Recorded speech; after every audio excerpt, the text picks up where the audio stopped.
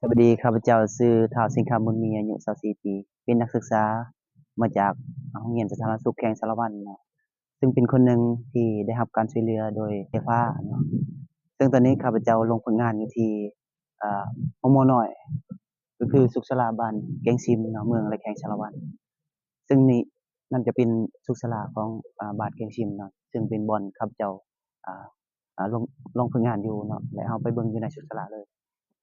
เจ้าอันนี้จะเป็นอ่าห้องกฎพญาเขนนอกเนาะของสุขศาลาเจ้านี่เป็นเตียงหัตถการของคนเจ็บเนาะที่ว่าเข้ามากวดแล้วเขาต้องกวดอยู่นี้เนาะแล้วก็เป็นบ่อนเฮ็ดเวียกของพนักงานแล้วจะเป็นการเฮ็ดเวียกของอยู่นี่เนาะของพนักงานทุกคนก็คือห้องจะจ่ายยาแล้วก็ห้องแพทย์นอนเนาะ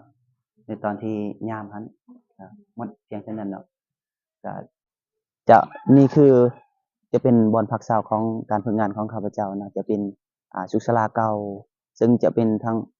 บอนพักเช้าบ่อนนอนและบ่อนเฮ็ดกินเนาะซึ่งเราไปเบิ่งบ่อนนอนเลยนะ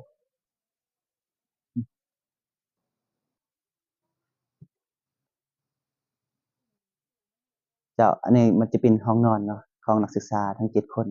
ซึ่งข้าพเจ้าก็นอนนำกันอยู่นี่ทั้งหญิงทั้งชายก็นอนนำกันเลยจะมีห้องนั้นจะเป็นห้องเฮ็ดกินเนาะจะอันนี้คือจะเป็นห้องเฮ็ดกินทั้งเป็นห้องเฮ็ดเวียกนำเนาะ จะเป็นบ่อนนั้นจะเป็นทั้งบ่อนกินข้าวและบ่อนประชุมเวียกงานต่างๆเนาะ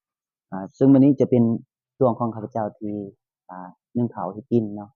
จะเป็นตวงจะเป็นการเป็นตวงอ่าผู้ใดบ่ได้ยามจะเฮ็ดกินเนาะซึ่งมื้อนี้ข้าพเจ้ากำลังนึ่งข้าวอยู่เนาะแล้วจักหน่อยจะเฮ็ดกินก็คือสิต้มไข่แล้วก็สิปิ้งอ่าปิ้งซีนแห้งเนาะปิ้งซีนแห้งแล้วสิต้มไข่เพื่อกินตอนเพลเจ้าอันนี้ก็คือการบอนเฮ็ดกินเฮ็ดอยากของข้าพเจ้าแล้วก็จะเป็นประมาณนี้